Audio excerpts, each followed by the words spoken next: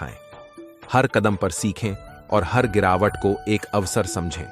जीवन को एक उत्सव के रूप में जिएं, हर दिन को एक नया संघर्ष मानें और हमेशा अपने सपनों के पीछे भागें।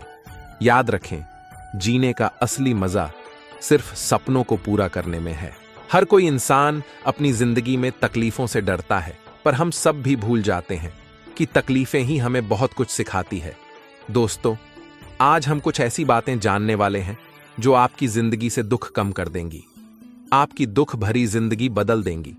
इस संसार में हर कोई दुखी है और सुखी वही हो सकता है जो यह भली भांति समझ जाता है कि हर किसी को कोई ना कोई दुख है। भगवान कृष्ण कहते हैं, अगर आपकी इच्छा किसी की मदद करने की है तो उसके लिए धन की नहीं, अच्छे मन की आवश्यकता होती है। हर इंसान को अपनी जिंदगी में बहुत कुछ मिलता है, लेकिन हम वही गिनते हैं जो हमें हासिल नहीं हुआ और वही सोच सोच कर दुखी होते रहते हैं। ईश्वर के फैसले हमारी चाहते और ख्वाहिशों से बढ़कर होते हैं, बस हमें भरोसा रखना चाहिए। एक बच्चे ने अपने पिता से पूछा कि त्योहार मनाने का सबसे अच्छा दिन कौन सा है। पिता ने उसे अपने पास बुलाया और प्यार से कहा, मृत्यु से एक दिन पहले। बच्चा बोला, लेकिन पिताजी, मृत्यु का दिन तो तय नहीं होता है ना। पिता ने हंसकर कहा, जीवन का हर दिन आखिरी समझो और जीने का आनंद लो। कृष्ण कहते हैं, कभी हौसला मत हारना। अगर तुम्हें दर्द यहां मिल रहा है तो दवा भी यहीं मिलेगी। भूख किसी से कुछ भी करवा सकती है, सारी मर्यादाएं तोड़वा देती हैं और पैसा सारी इंसानियत भूल जाता है। उन रिश्तों का अभिमान कैसा जो शमशान पहुंचते ही सभी टूट जाएंगे। उस धन का अभिमान कैसा जो अंत में आपके प्राणों को ही बचा नहीं पाएंगे। उस शरीर का अभिमान कैसा जो अंत में मेरी आत्मा का बोझ भी उठा नहीं पाएगा। अगर हम अपने आप पर विश्वास रखते हैं तो हम जो चाहे वह कर सकते हैं, हर परिस्थिति से बाहर निकल सकते हैं। जिंदगी एक अनमोल तोहफा है जिसे हमें समझकर जीना चाहिए। हर मुश्किल को अपना दोस्त बनाकर और हर खुशी को अपना हमसफर, हर कदम पर मंजिल का एहसास हो और हर हार से पहले हिम्मत और हार के बाद हौसला।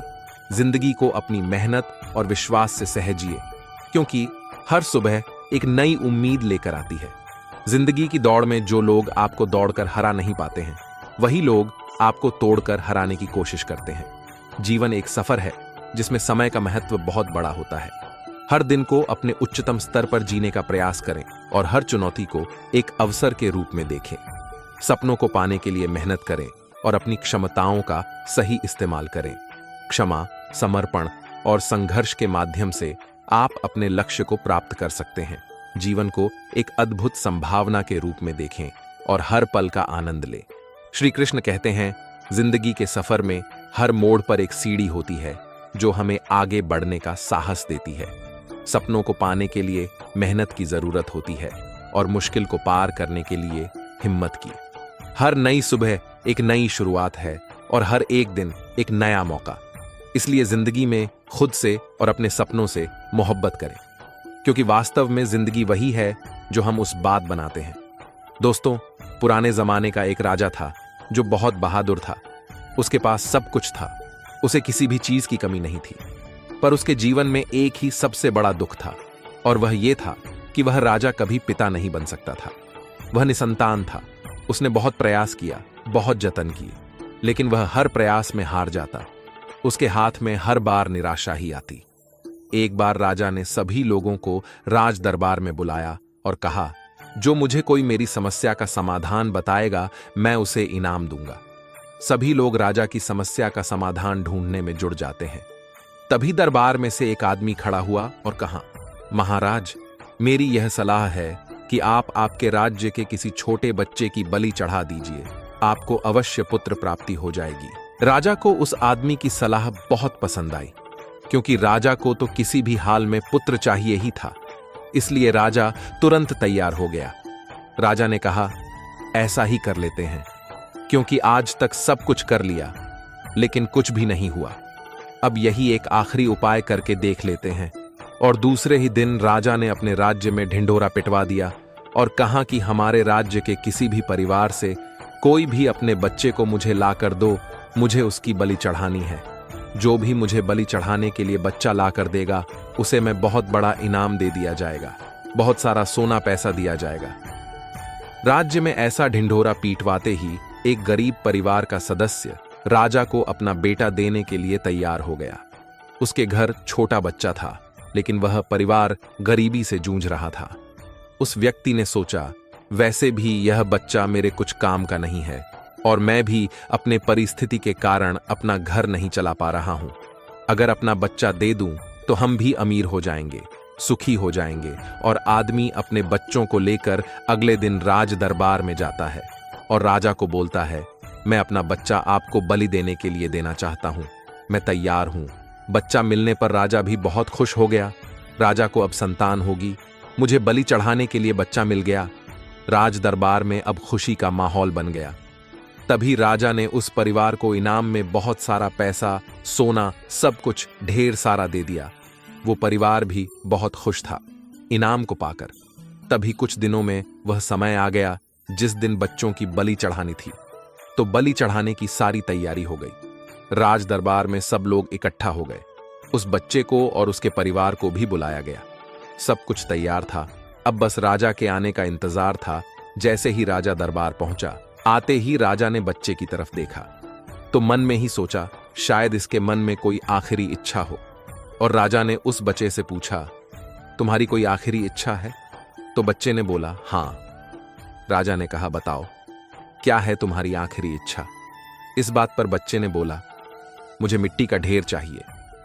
बच्चे की इस बात पर सब लोग दंग रह गए कि ऐसी कौन सी इच्छा है? बलि चढ़ाने के पहले यह बच्चा मिट्टी का ढेर क्यों चाह रहा होगा? तभी राजा ने आदेश दिया, मिट्टी का ढेर लाया जाए। और कुछ ही समय में मिट्टी का ढेर लाया गया। बच्चे ने उस मिट्टी से मकान बनाना शुरू किया। सब लोग सोच रहे थे, यह क्या कर रहा होगा? तभी बच्चा उस मिट्टी से 4 मकान बनता है और पहले मकान को तोड़कर दूसरा, बाद में तीसरा, ऐसा करके तीनों मकान तोड़ देता है। यह देखकर राजा ने उस बच्चे से सवाल किया कि तुमने ऐसा क्यों किया? तुम क्या साबित करना चाह रहे हो? क्या तुम मुझे कोई श्राप दे रहे हो, जैसे कि तुम्हारी बलि देने के बाद मेरा सब कुछ टूट जाए? बच्चे ने कहा, नहीं नहीं महाराज, ऐसा नहीं है। मैंने जो मकान बनाए वह कोई श्राप नहीं। ये तो पहला मकान मेरे माँ बाबा का था, दूसरा मेरे रिश्तेदारों का था और तीसरा आपका था। पहले मकान को मैंने तोड़ दिया क्योंकि मेरे माँ बाप की जिम्मेदारी थी कि वह मुझे संभाले, मेरी देखभाल करे, ना कि मेरी बलि दे। लेकिन उन्होंने अपना कर्तव्य तक नहीं किया, इसलिए उनका मकान मैंने तोड़ दिया। दूसरा मकान इसलिए तोड़ा कि मेरे संबंधियों का काम था कि वह मेरे माँ बाप को समझाएं, ऐसा काम ना करें, लेकिन उन्होंने ऐसा नहीं किया, इसलिए उनका भी मकान तोड़ दिया। और तीसरा मकान आपका तोड़ा क्योंकि आप राजा हो और एक राजा का कर्तव्य होता है कि अपनी प्रजा की देखभाल करें, और आप तो मेरी ही जान ले रहे हो, इसलिए आपका भी मकान तोड़ दिया। सब लोगों के मन में एक ही विचार आया कि अब चौथ मकान किसका होगा? यह क्यों नहीं तोड़ा? बच्चा उस चौथे मकान के सामने खड़ा होकर रोने लगा, हाथ जोड़ने लगा, सर झुकाने लगा। और बच्चे ने बोला, यह मकान मेरे भगवान का है, मेरे परमात्मा का है। मैंने उनसे प्रार्थना करी है कि हे प्रभु, मैं आपकी शरण में हूं। अब जो भी होगा आपकी इच्छा से होगा, आपके सामने होगा। मैं आपके सामने आपकी शरण में हूं, आपको समर्पित हूं। अब मेरा जो भी होगा उनकी इच्छा से होगा। बच्चे की बात सुनकर राजा की आंखें खुल गईं। राजा ने सोचा, अगर भगवान चाहे तो कुछ भी हो सकता है। शायद इस बच्चे की बलि देने के बाद भी मुझे संतान नहीं हुई तो। राजा की आंखों में आंसू आए। बच्चे के माता पिता सर झुकाकर खड़े थे। तभी राजा ने बोला, आज से यही बच्चा मेरा बच्चा है। और राजा ने उस बच्चे को अपना उत्तराधिकारी घोषित कर दिया और ढिंढोरा पिटवा दिया। मुझे मेरा वारिस मिल गया, राजा मिल गया। उस परिवार का मुखिया मन ही मन में उदास रह गया। इस छोटी सी कहानी का सार यह है दोस्तों की, अगर हम प्रभु में समर्पित है, पूरे भाव से उनसे जुड़े हैं, तो वह भी मिल जाएगा जो असंभव है। इस ब्रह्मांड का नियम है, हम जो भी चीज चाहे हमारे पास आकर्षित कर सकते हैं। हम खुश रहे तो खुशी सदा हमारे पास आएगी, सदा कामयाबी मिलेगी। और हम दुखी रहेंगे तो सदा दुख को ही आकर्षित करेंगे। इसीलिए हमेशा खुश रहिए और खुशियां पाइए। दोस्तों, आज की वीडियो में बस इतना ही। मैं आशा करता हूं कि आपने इस वीडियो से बहुत कुछ सीखा होगा। मिलते हैं एक नई वीडियो के माध्यम से। तब तक के लिए अपना ख्याल रखिएगा। वीडियो अच्छी लगे तो चैनल को सब्सक्राइब जरूर कीजिएगा और कमेंट में जय श्री राधे कृष्ण जरूर लिखिएगा। बहुत बहुत धन्यवाद। जय श्री कृष्णा।